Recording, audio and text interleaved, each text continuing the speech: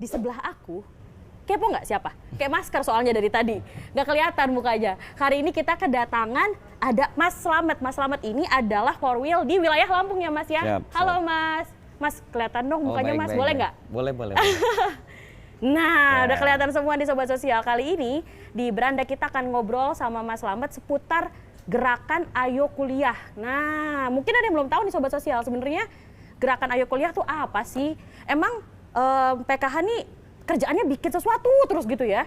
Kemarin ada banyak pokoknya yang dibikin sama PKH. Nah, sekarang kita akan ngobrolin soal gerakan Ayo Kuliah. Boleh nggak sih Mas sebenarnya dijelasin gerakan Ayo Kuliah tuh apa gitu sebenarnya? Boleh Mbak. Iya, silahkan Mas. Okay. Kayaknya canggung nih Masnya nih, butuh diajakin ngobrol lebih halus gitu ya Mas ya. Boleh Mas dijelasin? Boleh. Ya, jadi pertama terima kasih atas kesempatannya. Sama. Ya, gerakan Ayo Kuliah itu sebenarnya sederhananya kita mengajak aja sih, ya kan? Mengajak, ya kan? Khususnya anak PKH kelas 12 baik SMA, SMK, MA sederajat untuk bisa melanjutkan studi ke jenjang perguruan tinggi. Kelas 12 tuh Mas berarti ya, Mas? Kelas 12 yang kita lakukan proses pembinaan itu. Gitu. Pembinaannya kayak gimana tuh Mas? Maksudnya mungkin banyak juga kan para siswa gitu mungkin atau KPM yang emang tujuannya udah cuma sampai SMA aja gitu, nggak mau lanjut. Ya udah habis SMA mungkin kerja atau mungkin habis SMA bantu orang tua gitu, nggak ada kepikiran untuk kuliah. Nah, pembinaan kayak gimana sih Mas yang dirancang gitu atau yang dikasih tahu? Ya, ada 3 tahap ya. Ada 3 tahap. Yang pertama adalah kita mapping data. Mapping data. Nah, mapping data ini sebenarnya kita mencari ya, kita mencari anak-anak yang kelas 12 yang potensial. Kalau kita bicara Lampung berarti ada 15 kabupaten. Ya, kalau bicara kecamatan ada 228 kecamatan. Lebih banyak lagi. Nah, memang tagline kita itu satu kecamatan satu sarjana PKH. Itu tagline yang kita satu kecamatan satu sarjana PKH. Ya. Wow. Nah, itu di tahap mapping ini kita mencari anak-anak PKH kelas 12 yang potensial. Yang potensial. Nah, potensial itu dalam arti apa? Satu, dia memiliki kemampuan akademis di atas rata-rata. Biasanya ciri khasnya apa? Dia masuk 1 besar sampai dengan 10 besar. 1 sampai 10 besar. Nah, udah disaringnya dari situ Mas. Nah, iya biasanya kita begitu. Kemudian kita minta kepada SDM PKH itu menggali satu tadi potensi akademis. Kedua adalah kemauan anak. Ya. Jadi kalau potensi akademisnya bagus, anaknya tidak mau kuliah juga akan jadi masalah, kan begitu. Kemudian kemudian yang ketiga itu adalah orang tua, dukungan orang tua. Emang ada Mas orang tua yang ngedukung gitu? Ya ada, karena bicara mindset, karena ini kan keluarga PKH ini relatif ya keluarga prasejahtera.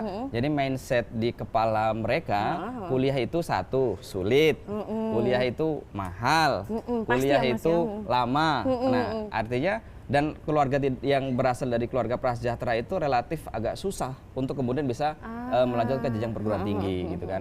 Nah, itu beberapa ya. Tadi yang pertama kan kita bicara mapping ya. Nah, makanya teman-teman pendamping sosial PKH itu melakukan mapping berdasarkan data yang ada itu tadi. Kedua, baru kemudian kita lakukan setelah ada data nih, ya kan? Kedua yang kita lakukan adalah kita melakukan edukasi dan motivasi. Kenapa diedukasi dan kenapa dimotivasi? Karena tadi latar belakangnya mereka dari keluarga prasejahtera, relatif mindsetnya tadi ya kuliah itu susah macam-macam. Nah, itu biasanya di luar masa pandemi, ya kan? Di tahun 2017, 18 dan 19 kita melakukan pertemuan langsung. Ya, kita ketemu langsung, ya kan, dibantu oleh SDM PKH dan kadang-kadang juga para volunteer. Volunteer ini adalah anak PKH yang sudah kuliah. Nah, karena membantu gitu ya Mas ya? Betul. Karena gerakan Ayo Kuliah di Lampung sudah dimulai sejak tahun 2017. Nah, sekarang sudah di 2020 kan. Nah, total semuanya ada 335 anak yang sudah bisa melanjutkan jenjang perguruan tinggi gitu kan. Nah, itu yang membantu kita. Kedua, ini adalah sukses story dan contoh nyata. Bahwa sebenarnya ada nih contohnya yang kuliah dan lulus gitu ya Mas ya. Ya. Nah, mereka yang akan bicara dari hati ke hati kepada adik-adik itu. Kalau kita yang bicara mungkin dia akan bicara, oh bapak mungkin dari keluarga mampu. Tapi kalau ini yang bicara mahasiswa yang memang dia berasal dari keluarga PKH, kemudian ngomong atau bicara di hadapan anak lebih PKH. Lebih dekat gitu ya Mas berarti. Itu relatif mereka bisa menerima dengan baik. Kemudian setelah itu tadi mapping, edukasi motivasi, kemudian yang ketiga adalah advokasi. Nah, advokasi atau proses pendampingan ini apa? Anak-anak yang potensial tadi kita sudah data, kita sudah edukasi, motivasi, kemudian kita arahkan untuk mendaftar di jenjang perguruan tinggi, ya kan? Karena memang ada beberapa jalur ya, ada jalur apa namanya SNMPTN, kemudian ada jalur apa namanya SBMPTN, macam-macam. Nah kita dorong untuk kemudian mereka mendaftar, gitu kan? Biar apa yang kita lakukan tidak apa ya, efektif artinya gitu kan. Nah kemudian yang tidak lupa adalah kita juga meminta mereka mendaftar KIP kuliah. KIP kuliah. Nah ini yang penting begitu, karena mereka dari keluarga tidak mampu, ya kan, akan menjadi hambatan ketika mereka diterima di perguruan tinggi. Tapi nggak bisa melanjutkan karena biaya gitu ya Mas ya. Nah makanya gerakan Ayo Kuliah ini sebenarnya hanya menghubungkan puzzle-puzzle yang sebenarnya sudah ada, begitu kan. Intinya adalah membantu para KPM khususnya anak kelas 12 yang gak kepikiran untuk kuliah, akhirnya kepikiran untuk kuliah dan bahkan melanjutkan kuliah gitu ya Mas ya, tanpa ada halangan biaya atau halangan restu dari orang tua gitu ya. Iya. Tapi sebenarnya Mas, kan tadi Mas sempat singgung nih, dia dari 2017 nih program gerakan Ayo Kuliah ini, yang pengen bikin apa Mas Slamet ini memotivasi Mas Slamet untuk bikin gerakan Ayo Kuliah itu apa sih Mas? Maksudnya kan nggak ada keharusan gitu Mas. Oh iya. Tapi kok tiba-tiba bisa dapat ide untuk bisa bikin si gerakan Ayo Kuliah ini, dari mana datangnya Mas? Iya.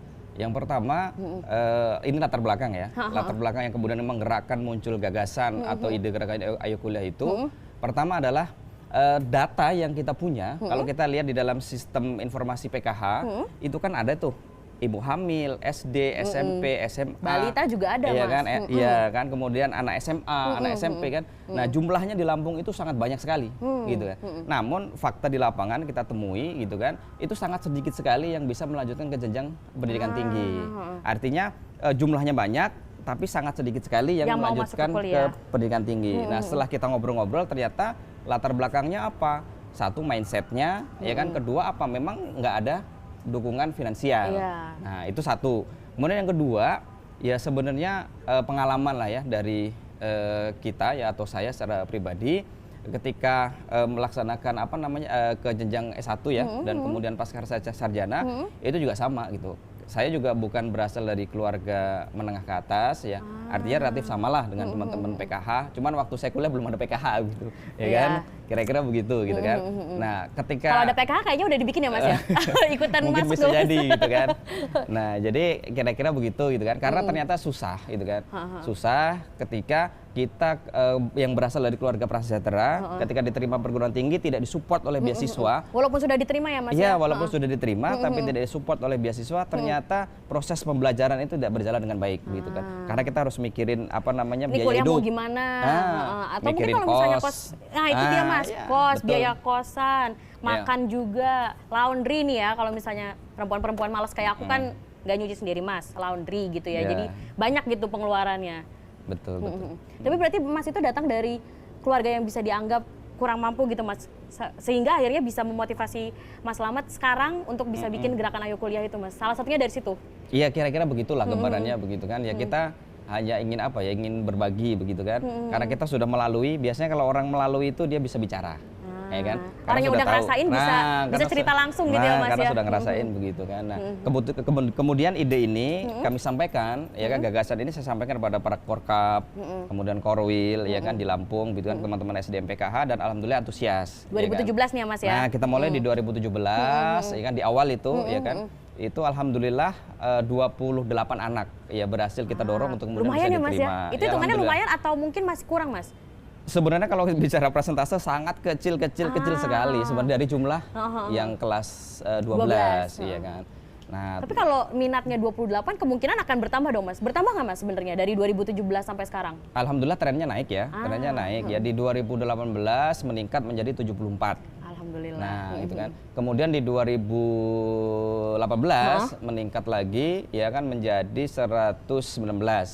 Nah, kemudian di 2019 ya meningkat kembali ya kan, dan kemudian terakhir di 2020 ini totalnya 114 di tahun 2020. Total keseluruhan sejak 2017 sampai dengan 2020 adalah 335 ya. Ya, saya pikir angka ini angka yang cukup fantastis begitu kan. Ya kan, kami juga berharap agar apa ya, gagasan atau ide ini juga disambut baik begitu kan, karena mimpi-mimpi ini juga mimpi-mimpi untuk kebaikan anak-anak PKH ke depannya. Kayaknya begitu. banyak juga mungkin setelah diluncurkannya atau setelah dirilisnya gerakan Ayo Kuliah ini banyak juga anak-anak kelas 12 yang akhirnya termotivasi untuk kuliah juga ya Mas ya. Maksudnya dengan bantuan volunteer dari teman-teman juga yang akhirnya ngasih tahu juga ke para KPM ini. Akhirnya mereka juga pengen gitu untuk kuliah gitu ya Mas ya. Ya alhamdulillah begitu kan. Karena saling apa ya? Saling kait mengait begitu kan. Nah, anak-anak yang 2017 itu kan merasakan tuh sisi kebermanfaatan dari gerakan Ayo Kuliah. Kemudian buktinya apa? Mereka mau menjadi volunteer di 2018. Kemudian yang anak-anak di 2018 menjadi volunteer di 2019. Artinya ada proses kesinambungan, ya kan? Bahasa kita kaderisasi sebenarnya gitu kan. Agar proses gerakan Ayo Kuliah ini tidak mandek begitu kan. Terus lanjut gitu ya. Terus berlanjut begitu. Karena sekarang ini kan jumlahnya semakin banyak tuh. Artinya jejaring di 15 kabupaten ya itu juga relatif berjalan dengan baik. Di masa pandemi ini alhamdulillah juga kita bisa mencapai 114 walaupun kita tidak melakukan pertemuan langsung, ya kan? Hanya lewat virtual berarti. Hanya lewat virtual, kita lewat grup-grup WA dan kemudian men-tracking alumni-alumni yang asalnya dari SMA mana. Dia kemudian membimbing adik-adiknya berdasarkan SMA-nya yang potensial, akhirnya kita buatkan grup WA, kemudian kita bina di dalam grup itu gitu. Wow, luar biasa Sobat Sosial. Jadi sangat menarik banget ya Mas, maksudnya dari 2007 sampai akhirnya 2017, 10 tahun akhirnya Mas Slamet menginisiasikan untuk adanya gerakan Ayo Kuliah gitu ya Mas ya. Nah, Mas sebenarnya kan tadi perjalanan dari 2017. Tadi kan perjalanan dari 2017 tuh Mas. Ada misalnya kayak kendala atau mungkin ketika mau ngasih proposal tentang gerakan Ayo Kuliah ini mungkin dapat kendala dari mana-mana gitu Mas? Ada nggak sih Mas? Maksudnya kan ini kan termasuk ide baru, inovasi baru gitu. Nggak pernah kepikiran juga sebelumnya karena orang sudah biasa dengan ya udah SMA selesai gitu. Tapi tiba-tiba dari Lampung nih muncul ide gerakan Ayo Kuliah gitu. Ada kendala-kendala nggak Mas? Ya pasti ada gitu kan. Namanya sesuatu yang baru itu tentu ada kendala. Ya kendala mungkin secara umum bisa kita kategorikan jadi dua ya, secara internal dan eksternal. Internal apa? Kendala internalnya itu ya di keluarga PKH sendiri gitu kan. Kadang-kadang itu tadi ya kan, anak-anak PKH itu dia punya potensi akademis ya kan, tapi karena informasi yang terbatas sehingganya tidak punya motivasi dan tidak punya niat untuk melanjutkan ke jenjang perguruan tinggi. Padahal sebenarnya bisa. Ya. Cuman ya karena tadi itu tidak ada informasi yang masuk, tidak ada proses motivasi dan tidak ada proses edukasi. Itu yang hambatan dari faktor internal. Dari faktor eksternal ya kan, biasanya yang menjadi kendala adalah ketika kita sudah melakukan proses pembinaan dari tadi proses mapping, edukasi, motivasi, kemudian sampai proses pendampingan, ini pada akhirnya anak ini sudah diterima nih di perguruan tinggi. Udah keterima nih, sudah udah terima lolos. nih. Nah, cuman ternyata apa? KIP kuliah atau bidik misinya atau beasiswa lainnya tidak dapat. Nah, yang sering menjadi kendala kami di lapangan itu yang sampai detik ini kami belum menemukan solusi yang solutif begitu. Ya ini yang kasus ini begitu kan. Si bidik misinya ini yang nggak dapat. Nah, bidik misi atau KIP kuliahnya ini belum seluruhnya 335 anak PKH yang berhasil kami dorong ini kemudian mendapatkan komplementaritas KIP kuliah atau bidik misi. Nah, inilah kendala. Bahkan yang bikin kita sedih itu ada beberapa yang WA gitu kan. Mereka mengatakan, "Kak, kok kami di PHP?" gitu kan. Ya kan itu yang udah lulus tuh Mas, maksudnya yang udah lulus ke tahap universitas gitu, udah diterima. Iya, yang protes tuh biasanya begitu, karena mindsetnya mereka atau persepsi mereka itu ketika dibimbing itu sudah pasti lulus di kampus, sudah pasti diterima beasiswanya. Tapi kan kewenangan untuk meluluskan bidik misi atau KIP itu akan ada di perguruan tinggi, ya kan? Kita tidak punya gitu kan. Nah, kita ini kan hanya melakukan proses pendampingan, edukasi, motivasi, penentuan dia diterima atau tidak kan bukan ada di kami, begitu kan. Nah, ini yang di luar kemampuan kami, yang saya pikir ini yang perlu menjadi menjadi pemikiran ya pemimpin-pemimpin kita di atas gitu kan. Mungkin juga termasuk Kementerian Sosial. Sebut dong, gitu kan? Sebut dong Mas, sebut dong. Mau minta bantuan sama siapa? Biar akhirnya gerakan Ayo Kuliah ini benar-benar bisa terlaksana dengan sempurna gitu ya Mas. Ya, maksudnya anak-anak jadi tidak punya beban untuk memikirkan finansial, tidak punya beban untuk memikirkan gimana nanti bayar uang kuliah gitu. Betul. Siapa aja Mas? Emang bantuannya mau dari siapa sih Mas? Emang dari Kemensos kurang Mas? Sebenarnya kalau kita ngelihat dari konsep PKH itu sendiri kan memang tidak mengintervensi. Ya, artinya kan kalau kita bicara prasyarat ya, itu kan untuk kesehatan, pendidikan dan kesos kan. Khusus untuk anak yang sudah selesai atau sudah lulus SMA, itu kan memang tidak ada intervensi khusus begitu kan. Nah, namun ini memang faktanya kita melakukan proses pembinaan itu ternyata anak-anak ini bisa masuk ke jenjang perguruan tinggi, ya kan. Nah, sebenarnya kalau kita lihat juga pemerintah kita, Pak Jokowi, kalau kita lihat tagline-nya adalah SDM unggul, Indonesia maju. Emang enggak, Mas? Ya, saya Aduh, malu nih. justru kalau menurut saya ini satu tarikan nafas. Nah, artinya gerakan Ayo Kuliah itu sebenarnya adalah satu tarikan nafas dengan tagline yang kemudian dilakukan oleh pemerintah hari ini, begitu kan. Apalagi nanti di tahun 2045 itu kan 100 tahun atau Indonesia Emas. Nah, harapannya sih anak-anak ini yang kemudian pada akhirnya nanti akan melanjutkan proses pembangunan Indonesia di masa yang akan datang, begitu. Nah, harapan kami sebenarnya apa? Kita tahu ya kan pemerintah ini punya program KIP kuliah. Punya ya kan? sebenarnya, Mas, punya, punya. begitu kan. Nah, harapan kami sebenarnya sederhana sekali, begitu kan. PKH ya kan punya program inovasi, salah satu adalah pembinaan bidik misi melalui gerakan Ayo Kuliah, begitu kan. Dan hasilnya cukup efektif, begitu kan. Nah, ini ada bidik misi dan kemudian ada KIP kuliah, begitu kan. Namun di lapangan kadang-kadang proses dua hal ini belum bisa sinergi dengan baik, ya kan. Nah, faktanya dari 335 itu belum semuanya menerima KIP kuliah atau bidik misi. Nah, harapan kami adalah bagaimana ke depan Kemensos bisa jadi ya itu bisa melakukan proses komunikasi atau koordinasi atau kolaborasi dengan Kemendikbud, kemudian dengan Kemenak yang memang punya program KIP kuliah itu. Nah, jadi akhirnya mungkin bisa membantu juga para KPM anak kelas 12 ini yang sebenarnya pengen melanjutkan kuliah. Betul. Udah lulus tesnya juga tapi ternyata nggak bisa melanjutkan karena terbentur biaya gitu kan, Mas ya. Tapi Mas sebenarnya kalau dari Mas Slamet sendiri ngelihat ketika ada banyak KPM yang curhat gitu bahwa udah lulus nih tapi di PHP-in, udah bisa masuk universitas tapi nggak bisa ngelanjut. Kalau dari Mas sendiri ada nggak sih upaya-upaya tertentu gitu, Mas? Ya, dari pengalaman 2017 ya kan itu ada beberapa opsi yang bisa kita tempuh. Yang pertama apa? Kita meminta kepada universitas untuk memberikan keringanan UKT. Ya kan, uang kuliah tunggal. Ya kan, karena memang mereka dari keluarga tidak mampu. Ya kalau kita dulu semesteran lah ya. Nah, sekarang istilahnya UKT begitu. Kita minta kepada pihak kampus untuk memberikan UKT terendah. Yang paling rendah, Mas? Ya, mestinya bisa 0. Harusnya 0 rupiah, mestinya. Tapi belum ada kampus yang hari ini memberikan UKT 0 rupiah. Tapi kalau misalnya yang paling rendah ada, Mas? Banyak atau gimana? Biasanya sih ketika kita mengajukan UKT rata-rata 300.000 sampai dengan 700.000. Ya kan? Nah, itu langkah awal yang kita lakukan ketika memang dia tidak lulus bidik misinya. Satu, kita minta keringanan UKT. Kedua apa? Kampus itu juga banyak beasiswa di luar bidik misi atau KIP kuliah, ya kan? Nah, itu jenisnya banyak, ya kan? Kita memang sampaikan kepada anak-anak itu kepada adik-adik ini untuk pertama adalah sasar dulu IPK. Jadi maksimalkan dulu IPK karena syarat untuk mendapatkan beasiswa itu adalah dari IPK, IPK. ya kan? Kedua, kami dorong juga mereka untuk aktif di organisasi. Karena biasanya dua hal ini ya. Satu dia potensi akademis, yang kedua dia adalah aktif di organisasi. Nah, dua hal itu yang biasa menjadi syarat untuk mendapatkan beasiswa, ya kan. Kemudian yang ketiga, kita juga mencoba mengkomunikasikan dengan pihak-pihak swasta, ya kan. Kerjasama dengan pihak swasta, Mas? Iya, ya kan. Di Lampung itu ada beberapa ya swasta yang memberikan beasiswa.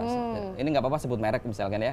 Ada misalkan YBM BRI, ada YBM PLN, begitu kan. Nah, itu ada memang beasiswa. Ya kan? Nah, kami sampaikan informasi, kami silaturahmi dengan lembaganya agar anak-anak PKH ya kan ini mendapatkan prioritas, mendapatkan beasiswa itu agar pada akhirnya ya mereka bisa menyelesaikan studinya dengan baik. Lancar gitu ya. Jadi udah fokusnya ke kuliah aja, fokusnya ke belajar aja gitu, nggak usah mikirin biaya, nggak usah mikirin UKT, SKS segala macam gitu ya, Mas. Udah nggak ada gitu ya, nggak usah mikirin itu. Sama satu lagi ya, ini pemerintah provinsi itu memang punya salah satu program ya dalam rangka mewujudkan visinya Pak Gubernur kita menuju masyarakat Lampung berjaya. Itu ada memang program beasiswa, ya kan, beasiswa provinsi, ya kan. Memang belum di semua kampus ya, hanya di beberapa kampus. Namun alhamdulillah sudah mulai beberapa anak PKH yang mendapatkan beasiswa dari pemerintah provinsi. Kami juga berharap ke depan perhatiannya lebih, ya kan? Karena memang ini aset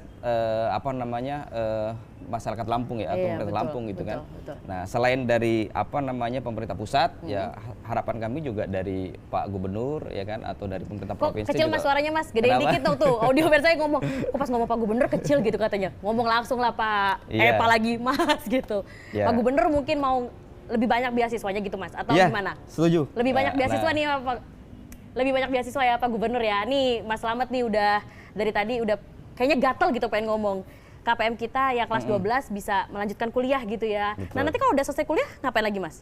Nah. Ada gerakan ayo kerja atau gerakan ayo magang? Ada Mas? Atau nggak ada? Atau ngapain nih Mas? Abis misalnya kuliah, Betul. lulus. Betul. Kan nggak berhenti di situ dong Mas. Kan kalau memang awalannya pengen menentaskan kemiskinan gitu untuk membantu keluarganya yang kurang mampu, Iya. nggak berhenti di setelah kuliah dong. Mungkin memang kuliah salah satu aspek menuju ke beratas kemiskinan, tapi kan nggak di situ gitu Mas. Iya. Maksudnya harus kerja, harus Betul. entah magang atau mungkin bikin usaha gitu. Setelah itu apa Mas? Nah, ini alhamdulillah sejak 2017 sampai dengan hari ini sudah ada 2 yang kuliah dan pada hari sudah lulus. Alhamdulillah. Nah, 2 orang Mas? 2 orang. Ha. Dan bukan kebetulan ya. Alhamdulillah dua-duanya ketika mengikuti proses seleksi pendamping sosial PKH, dua-duanya lulus. Berarti Nah. mereka setelah lulus di kuliah menjadi pendamping PKH? Iya, betul. Gitu kan. Wow. Dan kebetulan juga dua-duanya orang tuanya sudah tergraduasi. Nah, jadi kami ingin memberikan sebuah model bahwa anak PKH yang asal muasalnya dari keluarga prasejahtera dengan dia kuliah ada peningkatan SDM kualitas sumber daya manusianya sehingga dia bisa mobilitas vertikal dan pada akhirnya menjadi pendamping PKH dan tergraduasi. Wow. Gitu. Nah tentu kan ini juga sama ya seiring sejalan dengan arahan Pak Menteri, arahan Pak Dirjen, arahan Pak Direktur agar kemudian juga mempercepat proses graduasi. Gitu. Nah, Tapi Mas, ini kan tadi pada jadi pendamping PKH. Betul. Ini jadi pendamping PKH-nya dipaksa apa mereka suka rela Mas?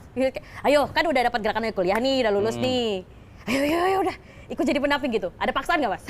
Siapa tahu nih, aduh udah bingung nih kan aku mau kerja. Udah jadi pendamping gitu Mas. enggak juga sih gitu kan. Siapa tahu gitu Mas, kirain kayak ayo jadi pendamping, nanti habis itu jadi korkap, jadi korwil, gantiin saya gitu nggak ya Mas? Enggak, karena saya lihat begini, mereka ini kan fresh graduate ya. Jadi belum pernah bekerja di tempat lain. Betul. Jadi kan dan ini juga yang perlu kita sampaikan dari 2 orang ini, namanya yang pertama adalah Mbak Pesi Riana. Beliau ini menjadi pendamping di Kabupaten Waikanan, Provinsi Lampung, begitu. Dan ini wisudawan terbaik di Universitas Lampung, ya kan. Sama satu lagi Mas Jeffrey Buari, ya kan. Jeffrey Buari ini, beliau ini selain jadi pendamping sosial PKH, juga dikenal di masyarakat sebagai dai. Wih, sebagai kiai, gitu kan. Nah, berarti sebenarnya nggak cuma jadi pendamping PKH aja. Iya. Nah, alhamdulillah artinya anak-anak PKH ini ternyata ketika diberikan kesempatan kuliah, pada akhirnya dia bisa berhasil, ya kan, mendapatkan pekerjaan, orang tuanya tergraduasi, gitu kan. Nah, ini saya pikir juga menjadi contoh yang baik ya, agar bagaimana ke depan peluang anak-anak PKH ini yang punya potensi akademis untuk kemudian bisa melanjutkan jenjang pendidikan tinggi dan disupport oleh pemerintah melalui KIP kuliah atau bidik misi. Itu dari 2 orang ini udah lulus udah jadi pendamping. Berarti sekarang jadi pendamping aktif ya Mas ya? Alhamdulillah. Ikut ngebantuin juga berarti. Iya. Tapi Mas kalau misalnya tadi kita bahas kan ada 300 sekian anak 335 sampai tahun ini. Iya, mereka tuh kuliahnya di mana Mas? Atau di satu kampus aja atau mungkin tersebar atau mungkin ada yang ke luar kota gitu Mas? Di mana? Variatif, ya kan? Karena memang kita juga tidak memaksa mereka untuk memilih kampus tertentu ya. Terserah gitu ya, masih bebas. Terserah sesuai dengan minat dan bakatnya begitu. Tapi kami sarankan untuk di sekitar Provinsi Lampung. Di Lampung aja. Iya, saran tapi ya, Mas? saran ya. Ya kan, karena apa? Kalau di Provinsi Lampung ketika ada masalah, relatif kita bisa mengadvokasi. Ngebantu gitu. Ya. Kemudian mengkomunikasikan, oh ini loh anak-anak PKH yang diterima contoh di Universitas Lampung, contoh di Institut Teknologi Sumatera atau ITERA, contoh di UIN Raden Intan atau di EIN. Banyak ya berarti Mas? Banyak. Nah, alhamdulillah 335 itu memang mayoritas ada di Lampung ya. Mereka itu negeri kuliah. atau swasta Mas? Kebanyakan? Kita arahkan rata-rata ke negeri, ya ke kampus-kampus negeri, PTN dan PT KIN begitu. Bahkan ada satu yang diterima di Fakultas Kedokteran, itu di Universitas Bengkulu. Ada juga yang keterima di ITB jurusan pertambangan gitu. Wah, berarti sebenarnya memang fokusnya untuk mengajak para KPM yang kelas 12 ini untuk bisa kuliah, terus habis itu setelah itu juga bisa membantu juga menjadi SDM PKH juga dan kuliahnya pun tersebar gitu ya Mas. Kalau di yang luar kota ada Mas? Ada. Ada. Di mana Mas kampusnya? Ada mungkin? Ya tadi ada di ITB ada di Universitas Bengkulu ada di UIN Sunan Kalijaga ada, ya macam-macam. Jadi ada ada banyak, tapi memang jumlahnya tidak banyak ya. Karena memang difokuskannya di Lampungnya dulu gitu ya Mas ya, biar nanti kalau misalnya mungkin ada masalah itu bisa langsung dibantuin gitu. Ya, sederhananya maksud saya begini, kalau ongkosnya habis dia bisa pulang. Tapi kalau Ya. misalkan dia di Bisa, tempat Mas. yang jauh, Bisa juga pulang, Bisa juga ya? bisa. Tapi ya paling kita nggak tahu pulangnya berapa hari atau mungkin naik apa kita nggak tahu. Betul, Tapi pulang betul. mungkin Ya. pulang bisa. Atau mungkin malah jadi kerja di sana Mas, nggak jadi Ya, kuliah. bisa jadi. Nah, Mas kalau misalnya yang udah kan banyak nih dari tadi kita ngobrol ada 335 anak yang Betul. sudah keterima. Mereka ngomong apa sih Mas ke pendamping? Maksudnya kayak mungkin nggak banyak yang nyangka juga bisa akhirnya kuliah gitu, atau mungkin kepikiran buat kuliah aja tuh mungkin nggak ada, tapi akhirnya mereka bisa kuliah. Ada nggak sih Mas yang mungkin curhat ke Mas Slamet atau mungkin curhat ke pendamping?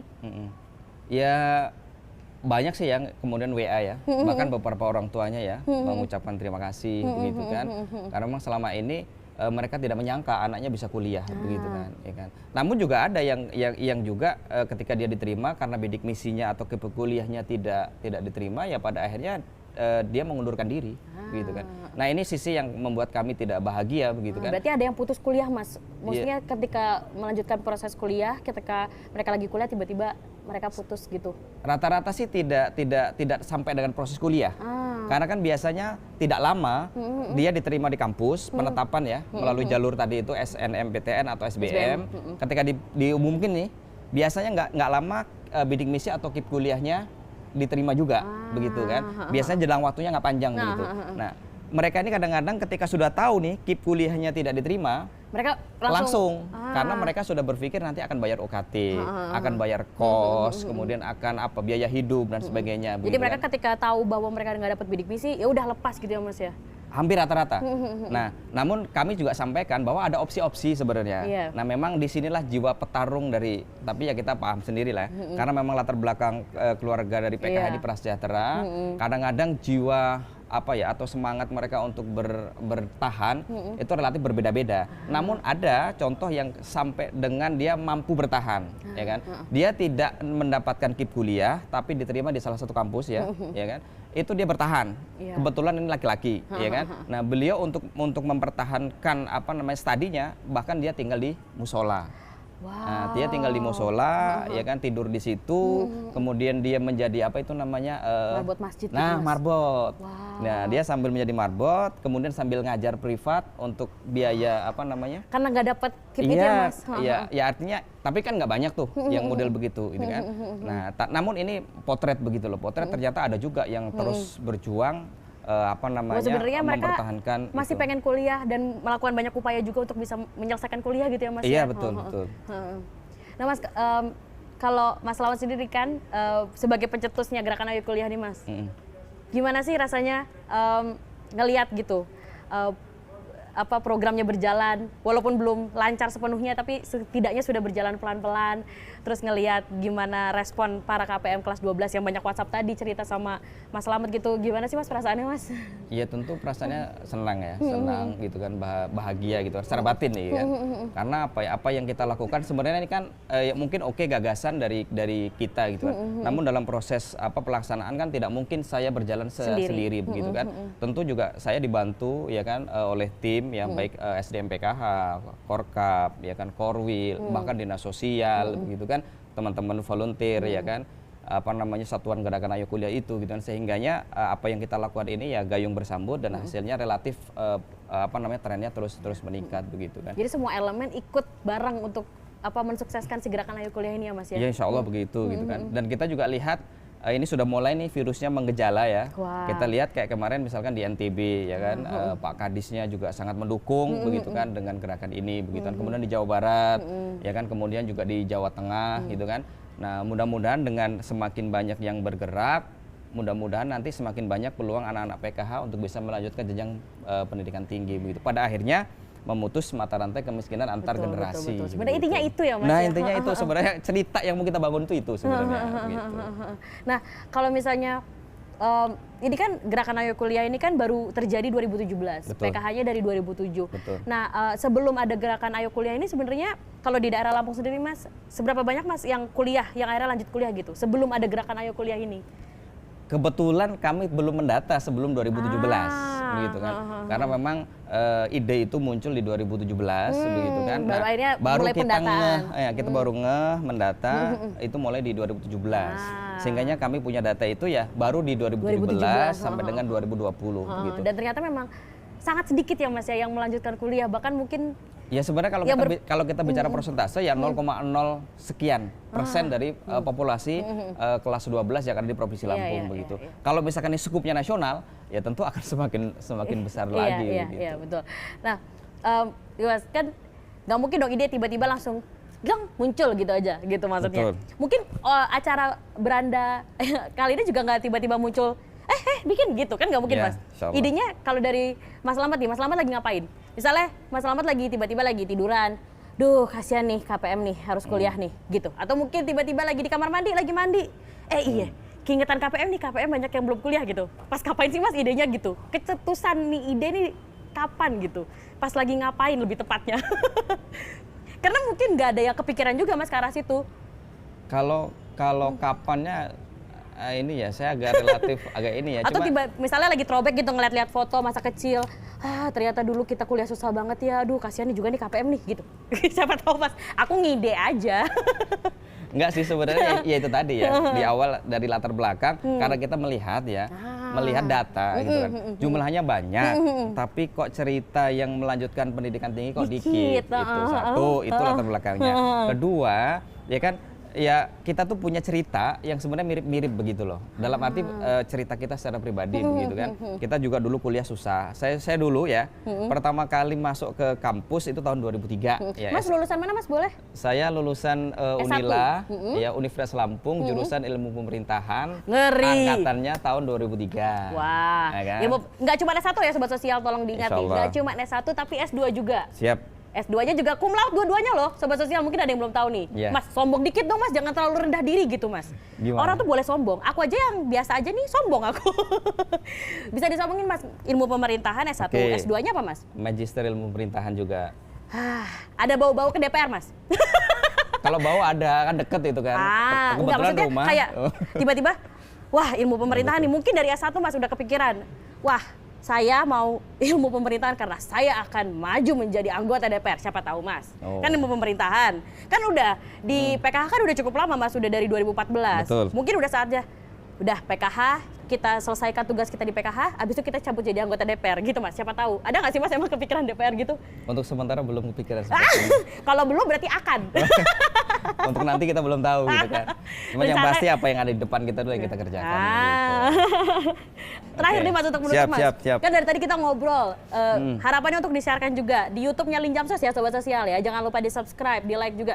Mas follow Oke. Linjamsos oke nggak? Sudah. Bohong. Oh, saya sudah sering komen. Nah, Ini komen apa nih? Komen Pasti kalau cuma positif. jempol doang mah bisa Mas, semua orang juga. enggak aku komen pasti ya. Kalau lagi beranda lagi live, lagi premiere, nonton nggak Mas? Nonton. Masa? Iya, tapi nggak semua ya. Kadang-kadang kan kita di jalan, gitu kan, gitu. Tapi relatif saya sering pastikan ngecek begitu kan. Berarti udah kenal aku ya Mas ya? Ya ketemu ya, ya kan.